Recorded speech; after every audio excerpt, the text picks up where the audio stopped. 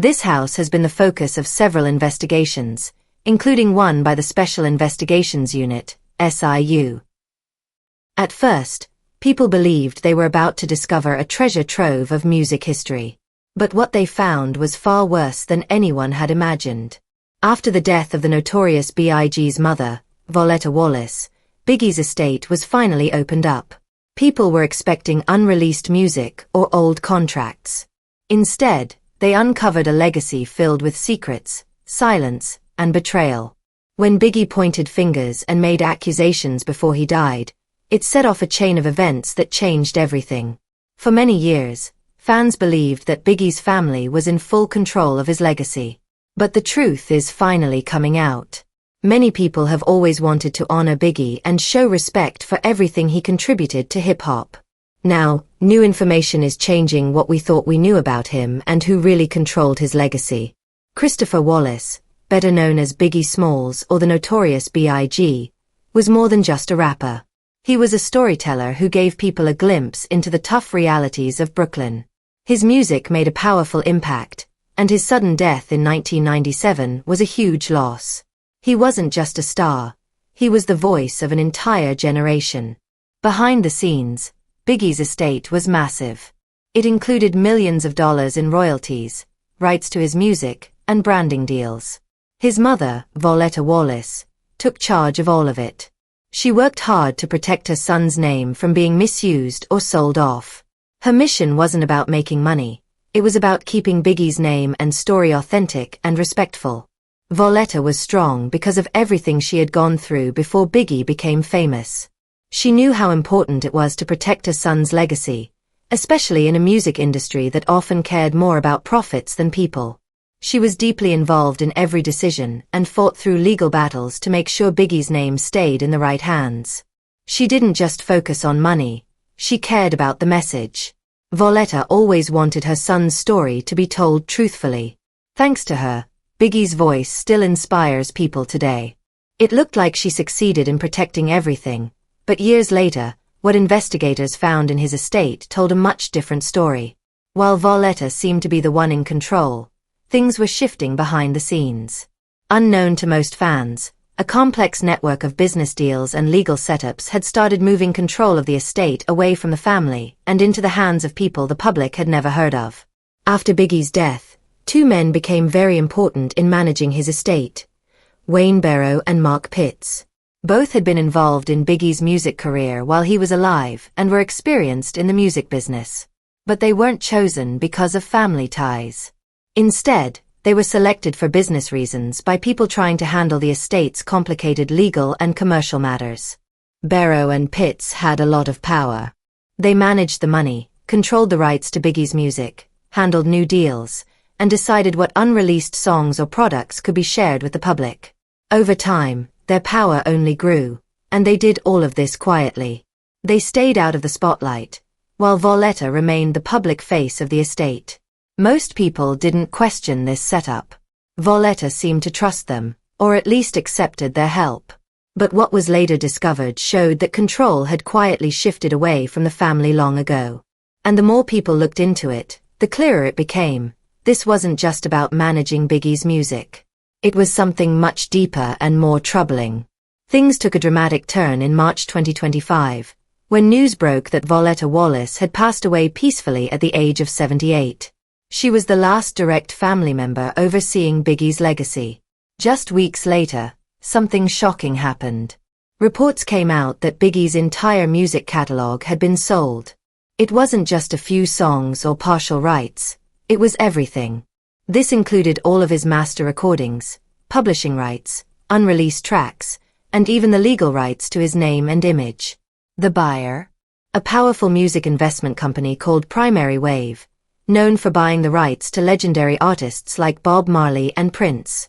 Industry experts estimated the deal was worth between $100 million and $150 million, although no official number was given. What shocked people even more was that there was no statement from Valetta, just silence. The speed of the sale surprised everyone. It wasn't just what was sold, it was how fast it happened. Insiders said the deal had been in the works for months, maybe even years, while Valetta was quietly in hospice care. As her health declined, it looked like she was no longer making decisions. The people actually in charge had moved forward without telling the public. The timeline didn't make sense. Had Valetta really agreed to this sale? Or was she pushed aside while others took over? Fans who thought Biggie's estate was a sacred family trust now had serious doubts. Had Biggie's legacy been sold off like a business deal?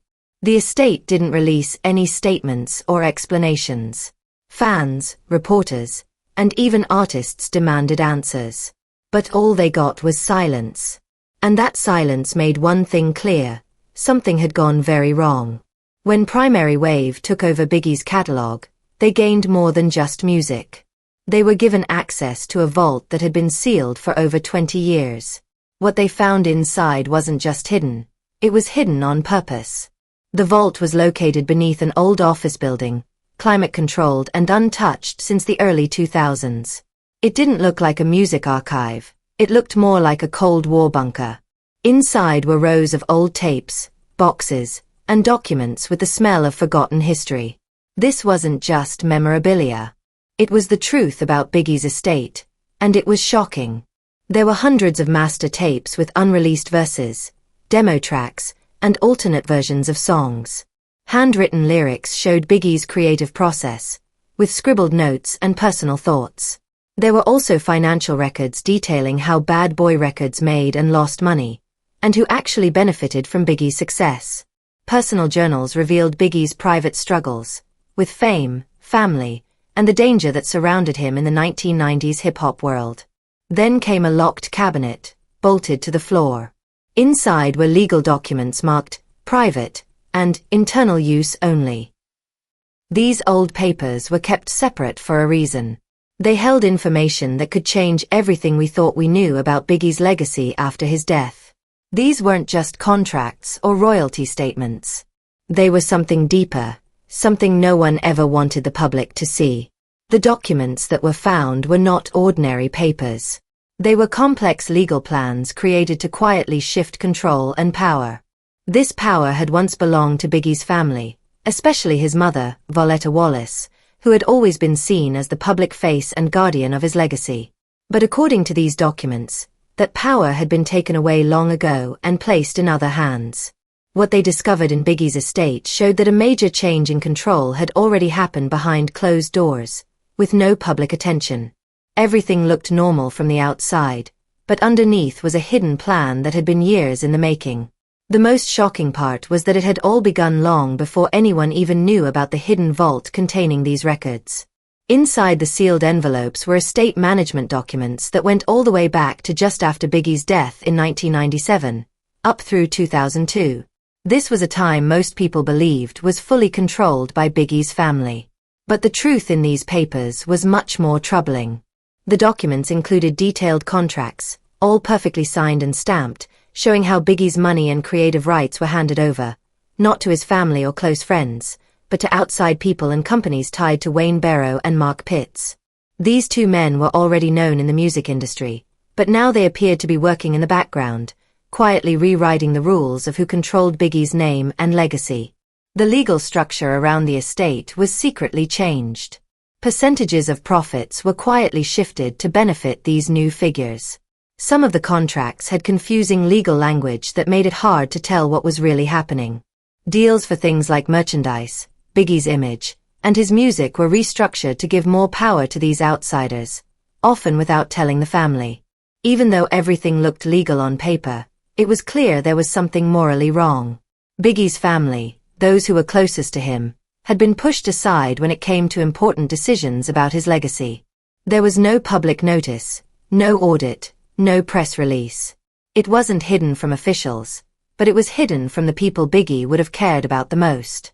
This change in power was kept secret for more than 20 years. On the surface, it looked like the estate was still united and controlled by the family. But now, with the hidden documents revealed, that image has fallen apart. What's left is a battle over control, money, and influence that was hidden all along. The documents also pointed to something even more troubling, a missing version of Biggie's will. What was found in the vault told a very different story from what the public had been led to believe. In the sealed papers, there was mention, though never officially confirmed, of an added section or second draft of Biggie's will. Insiders said this version would have given full control of his music and estate to his children after Valetta Wallace passed away. The original will was very carefully written, assigning specific assets like publishing rights and personal belongings to trusted family members. It clearly showed that Biggie wanted to keep everything in the hands of his loved ones. But that plan may have been quietly erased. If the second draft ever existed, there is no official copy of it now. No one has found a notarized version, and there are no witnesses who can confirm it. All that remains is a trail of references and private letters that hint it may have once been real, but has now disappeared. Whether it was lost, hidden, or destroyed is unknown. Its absence creates a serious gap, both legally and emotionally. Instead, the version of the will that was officially recorded looked almost the same at first. But on closer inspection, there were subtle but major differences. Items that were clearly listed in the original were now described in vague terms or left out entirely. Some people who had been named as beneficiaries were replaced by unknown corporations or unnamed trustees. The biggest change was in who had the power to make decisions. It was no longer the family. Outside representatives with no personal connection to Biggie were suddenly in charge of managing his finances, image, and creative works. Then came the most alarming discovery. Handwriting experts were called in to study the signatures on the documents. They found disturbing inconsistencies. The pressure of the pen, the way the letters were written, and the overall signature style didn't match Biggie's known handwriting. This raised the possibility that at least one version of the will had been forged. If true, this would mean Biggie's final wishes might have been changed or ignored completely. The question then becomes, which will was real, and who had the most to gain from changing the story of Biggie's legacy? But this wasn't just about legal confusion. It was also about large amounts of missing money. After Biggie's death, his estate grew in value from around $10 million to about $160 million. In public, this was seen as the result of his mother's hard work in protecting and promoting his legacy. However, a deep financial investigation in 2025 showed something very different. Forensic accountants discovered a hidden network of shell companies, businesses created to hide where money was going. These companies were set up in different countries, often in tax havens, and they received money from many sources: music sales, licensing deals, merchandise, films, and unreleased music. But when investigators tried to track where the money went, they kept running into dead ends. Only a small portion of this money ever reached Biggie's children or the estate's official bank accounts. Most of it was moved into offshore accounts through complicated transactions that were hard to follow. Some payments went to corporations with no clear names, and others to individuals known only by their initials. Investigators traced many of these names back to former music executives and estate managers who had been involved with Biggie's business for years.